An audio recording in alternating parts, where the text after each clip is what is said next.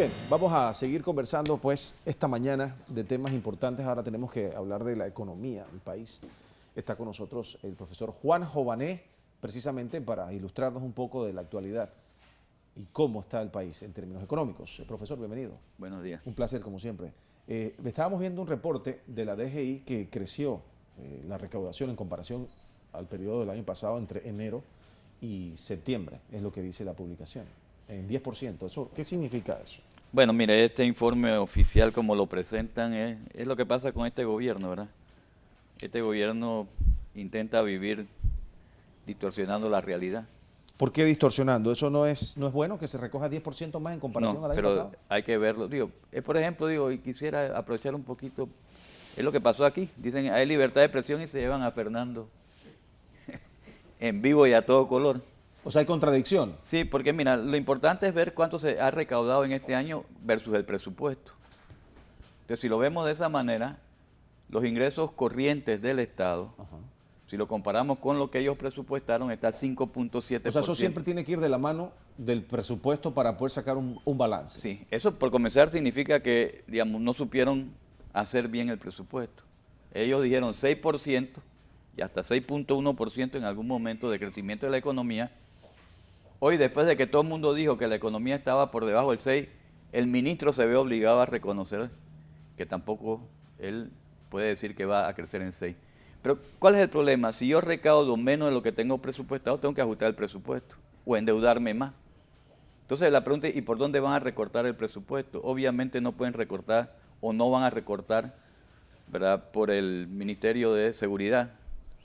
Digamos, difícil recortar en salud, difícil recortar en educación. Pero ¿cómo se recorta? O sea, ¿se recorta para un siguiente presupuesto o para el momento? Para el momento. Pero si a uno le entregan un presupuesto para ejecutarlo, siempre se ha dicho, bueno, si no te lo gastas, te lo vamos a recortar para el próximo año. No, eso se llama contención del gasto, ese es el mecanismo que usa el Estado. Entonces empieza a recortar y empieza a recortar por donde puede. Y eso, ¿verdad? Por ejemplo, el temor que yo tengo es que eso implica contención del gasto social. Ahora, toda esta información que estamos viendo y que estamos leyendo, ¿cómo la digerimos? O sea, ¿cómo la asimilamos los panameños? Bueno, en términos económicos, en nuestra economía del día a día. ¿Qué significa? Mire, si el gobierno tiene menos ingresos y quiere seguir gastando al mismo ritmo, nos van a endeudar más. La otra posibilidad es recortar gasto social, también nos afecta. Pero sobre todo cuando el gobierno gasta menos, hay menos demanda efectiva. Entonces la gente que trabaja vendiéndole al gobierno tiene menos actividad. Eso puede significar desempleo. Pero sobre todo lo importante es que esto está reflejando una clara desaceleración y creciente de la economía, ¿verdad? Porque si usted me pregunta ahora, del total de estos ingresos corrientes, ¿cuál es el que más ha caído? Son las recaudaciones que vienen del Canal de Panamá. O sea, ya a 2 meses, porque tenemos los datos, digamos, cerrando septiembre, pero por lo menos cerrando agosto, perdón. Nosotros tenemos de que las recaudaciones del Canal de Panamá este año, con la apertura del Canal de Panamá, están por debajo del año anterior. ¿Y está por debajo de lo proyectado? Definitivamente, porque por eso entonces... ¿No se había proyectado una baja? No. O sea, y el presupuesto se hizo pensando que crecía. Ahora, ¿cómo hace el gobierno entonces para tener influencia e incidir en estas situaciones que se van más allá de nuestras latitudes? Digo, lo cierto es que la parte que puede hacer el gobierno no la está haciendo.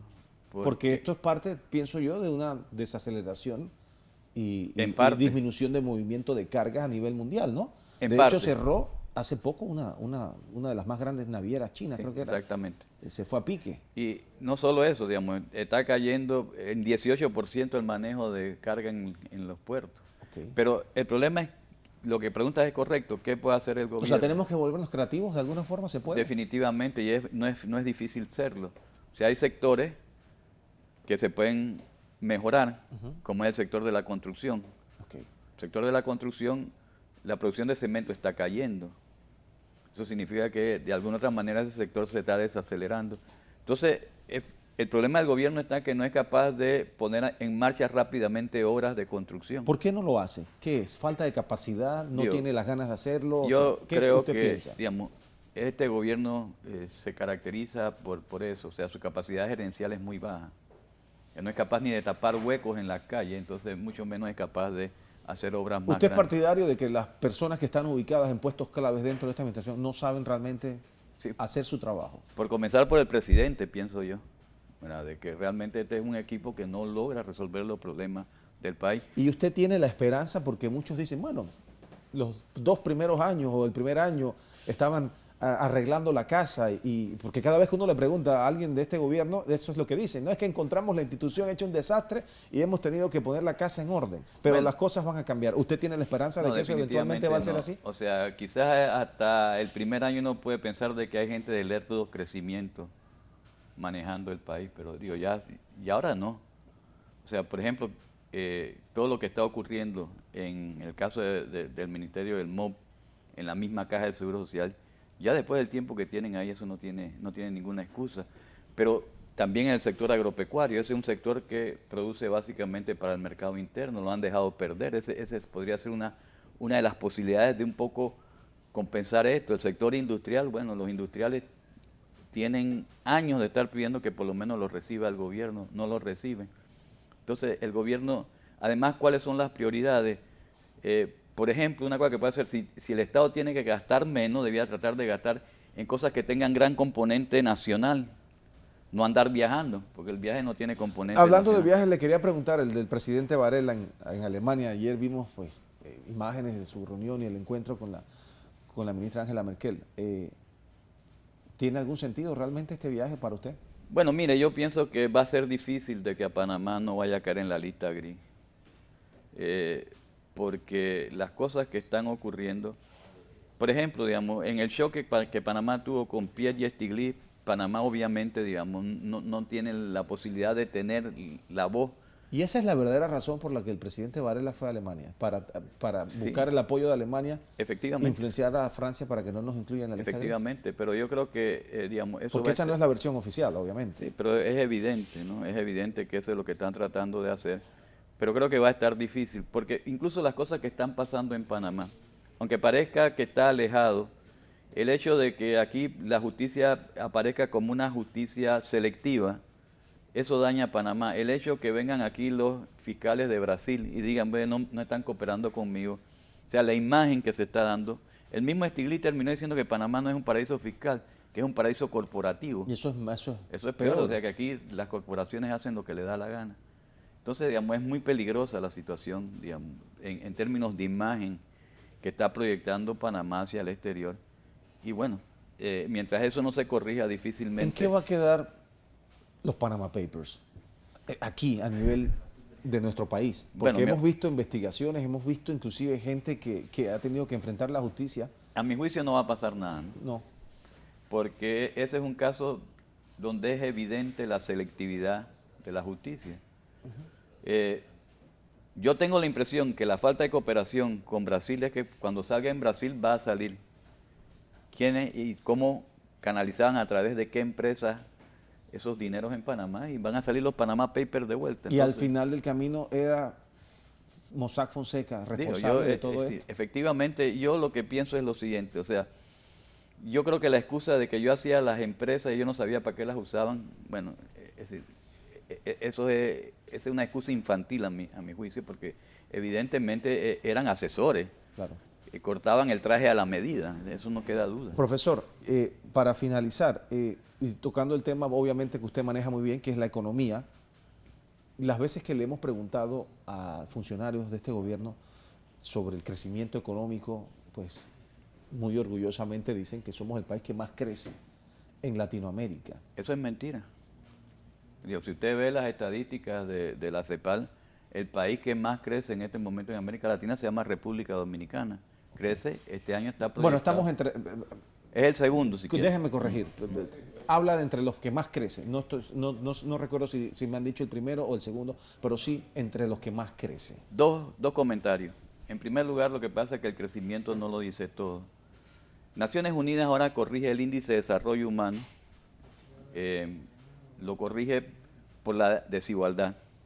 Y Panamá, cuando usted no corrige el índice de desarrollo humano por desigualdad, Panamá ocupa el puesto 60 en el ranking. Cuando ese índice se corrige por el problema de la desigualdad que hay en Panamá, perdemos 20 puntos, o sea, bajamos de 60 a 80 en términos de índice de desarrollo humano.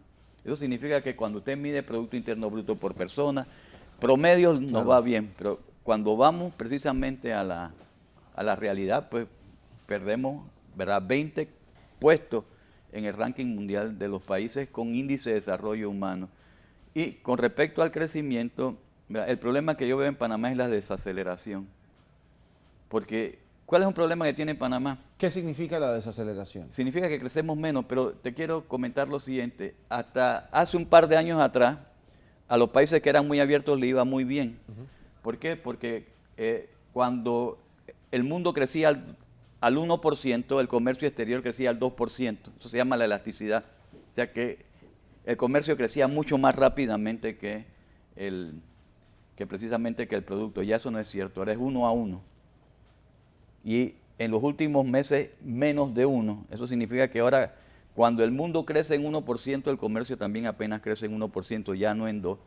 Y como a nivel mundial tenemos este estancamiento, ¿verdad?, el contexto internacional ya no es tan bueno. Y eso es una de las cosas que preocupan en Panamá porque, digamos, aquí con el nivel de apertura que tenemos, si no se expande rápidamente el comercio exterior, Panamá sufre. Y esa elasticidad no es tan alta. Pero yo veo que las autoridades eso ni siquiera lo han mencionado, ni siquiera hemos hecho una estrategia para enfrentar esa situación que parece ser estructural. Y eso es lo que nos está pasando con el Canal de Panamá. Hicimos una gran inversión y lo que pasa es que la misma carga que antes pasaba por la esclusa vieja, ahora la han cambiado a barcos más grandes y está pasando por las esclusas nuevas. O sea, no hay un incremento real. No, hay un decremento.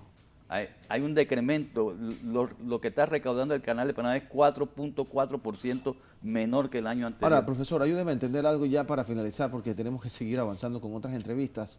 Aquí pudiéramos conversar toda la mañana. ¿Cómo interpretamos y cómo podemos verlo como algo beneficioso cuando anteriormente se crecía en este país, por decirlo, al 8, al 9%, ahora estamos al 5%? Si yo hice inversión en un momento dado en una economía que crecía al 9%, ¿qué significa que esa misma inversión que yo hice en un momento dado, en ese crecimiento, ahora esté al 4 o al 5%? Te pongo un ejemplo, ¿verdad? Hay sectores que se pueden llegar a saturar. Aquí hacemos un mall, otro mall, otro mall, otro mall, y si no hay suficiente expansión no va a haber clientes. Y puede llegar a pasar lo que ya está pasando en los hoteles. Se hicieron tantos hoteles que hoy día, digamos, no hay suficiente demanda. Entonces yo creo que eso es importante entenderlo. Pero en economía hay un principio, se llama el principio del acelerador. O sea, cuando la economía crece, la gente tiende a invertir. Cuando la economía ya no crece tanto, la inversión se baja. Eso se llama el efecto. Al lado del efecto multiplicador hay este efecto de aceleración.